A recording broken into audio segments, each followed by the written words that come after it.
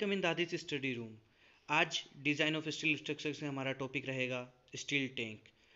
आप सब जानते हैं स्टील टैंक को 3 पार्ट में डिवाइड किया, underground, surface and elevated tank. Elevated tank में हम सिलेंड्रिकल स्टील टैंक को डिटेल से हम स्टडी करेंगे। बाकी जो क्लासिफिकेशन है वो 3 टाइप में डिवाइड है: press steel tank, rectangular steel tank and cylindrical steel tank. Press steel tank आपका जो है वो आपका रेलवे जो होता है, रेलवे स्टेशन वगैरह वहाँ पे जो टैंक बनते हैं वहाँ पे डिज़ाइन किया जाता है। रेक्टेंगुलर टैंक नॉर्मल टैंक होता है और सिलेंड्रिकल टैंक जनरल जो टैंक आप देखते हैं उसी को हम यहाँ डिज़ाइन करेंगे। जो आपके सामने डायग्राम दिख रहा है इसमें कॉनिकल, सिलेंड्रिकल, हेमिस्फेरिकल और स्टेजिंग जो पोर्शन मिला के एक आपका सिलेंड्रिकल टैंक को डिज़ाइन करता है। तो हम डिस्कस करते हैं अबाउट द सिलेंड्रिकल टैंक। जो अपर पोर्शन है वो कहलाता है कॉनिकल, मिडल जो पोर्शन है वो आपका सिलेंड्रिकल टैंक और जो बॉटम पोर्शन है हेमिस्फेरिकल टैंक। कॉनिकल जो टैंक है उसकी जो हाइट है एल होती है, जिसको राइज भी कहा जाता है। सिलेंड्रिकल टैंक की हाइट एच होगी और जो हेमिस्फेरिकल जो आपका पोर्शन है उसकी हाइट स्मॉल एच होगी। इसमें हम बात करते हैं इसके डायामीटर। टोटल डायामीटर इसका रहेगा डी और H equals to small H equals to होगा आपका डी/2। इसके इक्विवेलेंट रहेगा, इसी के बेसिस में हम आगे डिज़ाइन करेंगे। उसके अलावा जो नीचे आपके स्टेजिंग लगे हुए हैं, स्टेजिंग मतलब होगा कॉलम। कॉलम आपके 4, 6 और 8 हो सकते हैं। अकॉर्डिंग टू हम डिज़ाइन कर सकते हैं कंप्रेशन मेंबर। IS 800 2007 पेज 34 से हम इसको डिज़ाइन कर सकते हैं। जनरली जब सिलेंड्रिकल टैंक को हम डिज़ाइन करते हैं हमें डिज़ाइन करना नहीं होता है स्टेजिंग। तो अब हम स्टार्ट करते हैं अपना सिलेंड्रिकल टैंक की डिज़ाइन। तो सबसे पहले मैं आपको बता दूं, capital H by small D का रेशियो 0.8 to 1 अज्यूम किया जाता है। ये पूरा जो आपकी डिज़ाइन है इसी के बेसिस पे आपको डिज़ाइन करेंगे। स्टेप फर्स्ट हम यहाँ बात करेंगे स्टेप फर्स्ट की, जिसमें हमें यहाँ डायमेंशन फाइंड आउट करनी है सिलेंड्रिकल टैंक और जो आपका हेमिस्फेरिकल टैंक, इन्हीं का मेनली आपका डिज़ाइन वॉल्यूम में पार्ट किया जाएगा। वॉल्यूम, टोटल वॉल्यूम जो आपके हेमिस्फेरिकल और सिलेंड्रिकल पोर्शन में वाटर फिल होगा वो होगा। कोनिकल पोर्शन का इसमें काउंट नहीं होगा, क्योंकि आपने अपने घरों में भी देखा है कोनिकल पोर्शन में आपका फ्री बोर्ड होता है जो वहाँ डिज़ाइन में पार्ट नहीं करता है। तो टोटल वॉल्यूम आपका सिलेंड्रिकल और हेमिस्फेरिकल पोर्शन दोनों में ही रहेगा। तो यहाँ से हम आगे इसको शुरू करते हैं। टोटल वॉल्यूम हम यहाँ पे वॉल्यूम ऑफ सिलेंड्रिकल टैंक लिखते हैं π/4d² plus volume of hemispherical portion हम यहाँ ऐड करेंगे कि आपका जो वाटर है वो हेमिस्फेरिकल में भी होगा। तो टोटल का आपका स्फेरिकल पोर्शन का वॉल्यूम होता है 4/3πr³, बट हेमिस्फेरिकल इसको हम कर देते हैं 1/2। तो ये बन गया 1/2 4/3πr³। अब इसी को आगे h/d रेशियो में पता है, टोटल टर्म को हम यहाँ से h और जो है उसको चेंज कर सकते हैं, r=d/2 जनरली होगा, और h को हम 0.8d या 1d ले सकते हैं, बेस्ट रहेगा। आप h=1d लेंगे जिससे आपको कैलकुलेशन इजीली रहेगा। तो यहाँ से आपके पास अब वॉल्यूम आपका यहाँ फाइंड आउट करना होगा d, क्योंकि टोटल इक्वेशन आपकी d की टर्म में बन जाएगी। तो हम यहाँ से डायमीटर d फाइंड आउट करेंगे। डायमीटर d फाइंड आउट होने के बाद हम ये हाइट h भी फाइंड आउट कर लेंगे, क्योंकि हमें रेशियो पता है। तो यहाँ से h फाइंड आउट किया। अब हमारे पास ये डायमेंशन फाइंड आउट कर चुके हैं। नेक्स्ट स्टेप 2 की तरफ चलते हैं, जिसमें हम इनकी थिकनेस वगैरह फाइंड आउट करेंगे कि इनकी थिकनेस क्या रहेगी। थिकनेस फाइंड आउट करने के लिए step 2 thickness. Cylindrical portion, hemispherical portion की जो थिकनेस होती है वो मिनिमम थिकनेस आपकी हमेशा फिक्स रहेगी, जो होती है 6 mm। डायरेक्ट एग्जाम में भी कई जगह कंपटीशन एग्जाम में क्वेश्चन पूछा जाता है, सिलेंड्रिकल टैंक या इनकी मिनिमम जो थिकनेस होगी वो रहती है 6 mm।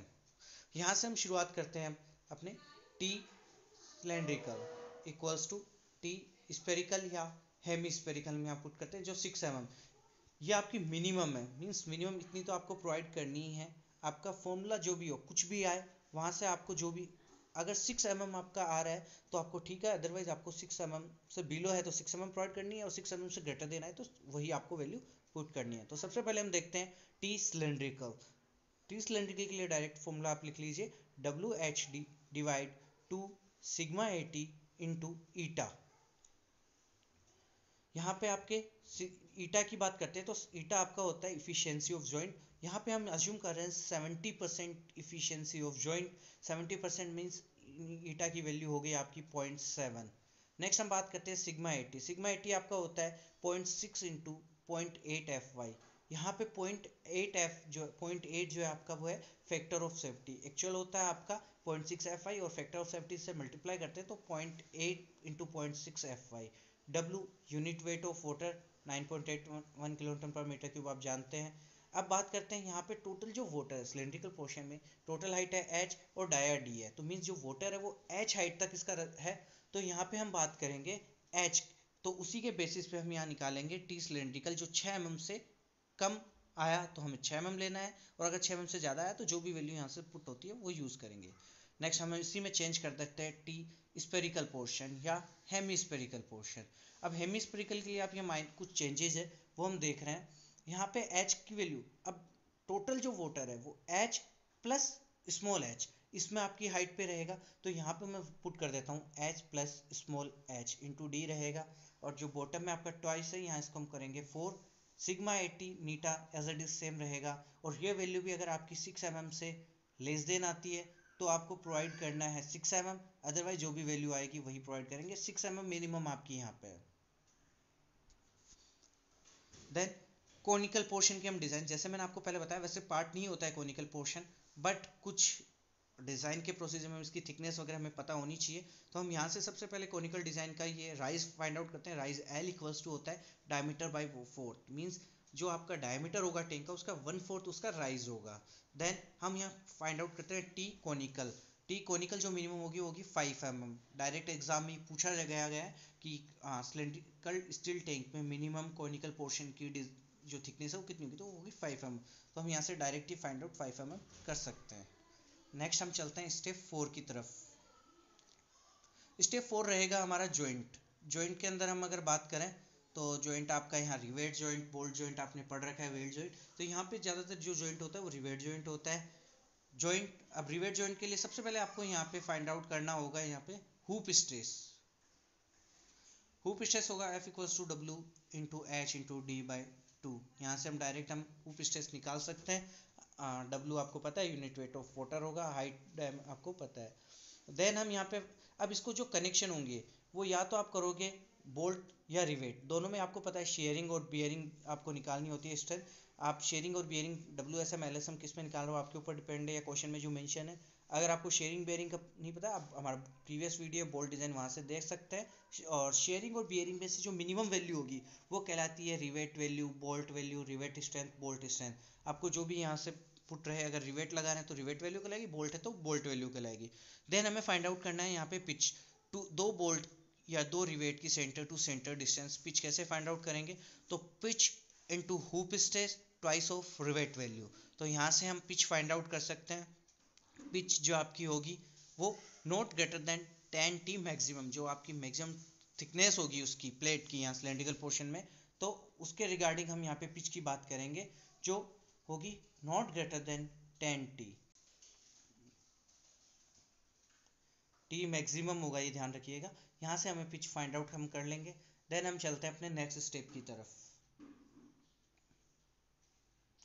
नेक्स्ट स्टेप हमारा step 5 ring girder design calculation. Design calculation में हमें आपको यहाँ पे फाइंड आउट करना है यहाँ की मोमेंट कितना होगा, शेयर फोर्स कितना होगा, टोर्जन कितना होगा।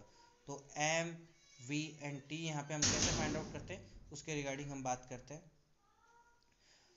रिंग गर्डर होता है क्या वो बता देता हूँ आपको। जो ये सिलेंड्रिकल और हेमिस्फेरिकल पोर्शन के बीच में यहाँ पे ये पोर्शन दिख रहा है आपको, एक गर्डर लगेगा एक रिंग टाइप में, वही आपका होता है एक्चुअल में रिंग गर्डर, जिसकी हमें यहाँ डिज़ाइन करनी होती है। तो सबसे पहले हमें निकालना है मोमेंट, देन निकालना है शेयर फोर्स एंड देन निकालना है टोर्जन। ये सब आपके डिपेंड करेंगे according to number of column, कि आपने अपने इस डिज़ाइन में कितने कॉलम वहाँ लगाए हैं, तो उससे M, V और T आप फाइंड आउट कर सकते हैं। आप बात कर रहे हैं अब यहाँ पे मोमेंट, शेयर फोर्स और टॉर्जन के लिए हमें पता होना चाहिए नंबर ऑफ कॉलम। कॉलम अगर 4 है, कॉलम 6 है या कॉलम 8 है, उन्हीं के बेसिस पे आपको एक जो आपको टेबल शो कर दूंगा जिसमें आप ये देख पाएंगे कि मोमेंट क्या होगा, शेयर फोर्स क्या होगा, टॉर्जन क्या होगा, according to value of number of column. जैसे एक एग्जांपल मैं यहाँ ले लेता हूँ कि नंबर ऑफ कॉलम अगर यहाँ पे मेरे पास है मान लीजिए 4, 6 और 8, तो फोर्स ऑन ईच कॉलम, जितने आपके कॉलम कि अगर आपके 4 कॉलम है तो हर कॉलम पे कितना फोर्स होगा, तो वो हो जाएगा आपका W/4। Force on each column हो जाएगा W, भी हम फाइंड आउट करेंगे W/4, 6 के लिए W/6 और 8 के लिए W/8। इसी के बेसिस पे शेयर फोर्स निकाल सकते हैं। जस्ट जो फोर्स है उसका हाफ कर दीजिए, W/8, W/12 एंड W/16। और देन मोमेंट और टोर्जन के लिए ये टेबल आपके पास सामने शो हो रही है। इस टेबल को हम यहाँ से बात करते हुए यहाँ से हम देख सकते हैं अकॉर्डिंग टू क्वेश्चन आपके बेसिकली कई बार होता है क्वेश्चन में गिवन होता है एम की वैल्यू टोटल फॉर्म होता है डब्ल्यू आर की फॉर्म में, जहाँ से हम डब्ल्यू और आर निकालना होता है। और आर क्या होता है, आर आपका वही रेडियस d/2 करके आप निकाल सकते हैं। डब्ल्यू यहाँ पे पूरा वेट आएगा जिसको हम पूरा फॉर्मूला, आपको डब्ल्यू याद करने के लिए एक फॉर्मूला गिवन है वो पूरा याद करना होगा कि volume of cylindrical portion, conical portion, hemispherical portion, इनको मल्टीप्लाई करते हैं। तो सबसे पहले फाइंड आउट करते हैं डब्ल्यू, कि आर तो आप ऑलरेडी फाइंड आउट करोगे। तो यहाँ पे हम मल्टीप्लाई करते हैं steel unit weight. Steel unit weight according to IS 800 2007 page 12 से आपको पता है 7850 kg पर मीटर क्यूब होता है, बट यहाँ पे हम डायरेक्ट यहाँ पुट कर सकते हैं 79 किलोन्यूटन पर मीटर क्यूब। अब इसको हम मल्टीप्लाई कर देते हैं सब वॉल्यूम से, वॉल्यूम कॉनिकल पोर्शन का वॉल्यूम, सिलेंड्रिकल पोर्शन का volume and the hemispherical portion volume. तो सबसे पहले वॉल्यूम ऑफ, यहाँ मैं आपको पुट कर देता हूँ सिलेंड्रिकल, मैं टोटल डिटेल आपको दे दूंगा अभी कि कॉनिकल पोर्शन का वॉल्यूम क्या होगा, सिलेंड्रिकल पोर्शन का वॉल्यूम क्या होगा और हेमिस्फेरिकल पोर्शन का वॉल्यूम क्या होगा। इसी को साथ में प्लस कर देते हैं, इसका एक्स्ट्रा वेट यूज़ करते हैं। एक्स्ट्रा वेट यूज़ करने का मतलब है जो इस टोटल का 20% एक्स्ट्रा यूज़ करते हैं, जो होता है ओवरलैपिंग ऑफ फास्टनर, जो आप लगा रहे हैं फास्टनर या उनका वेट होता है वो ओवरलैपिंग। तो या तो आप प्लस यहाँ कर सकते हैं 20% इसका पूरा एक्स्ट्रा, या डायरेक्ट यहाँ मल्टीप्लाई कर सकते हैं इसको 20% एक्स्ट्रा, मतलब जो 1.2 से मल्टीप्लाई करेंगे तो ऑटोमेटिकली 20% एक्स्ट्रा हो जाएगा, जिसमें आपको अलग से वापस कैलकुलेट नहीं करना पड़ेगा। नेक्स्ट इसमें आपको निकालना होगा self weight of ring girder.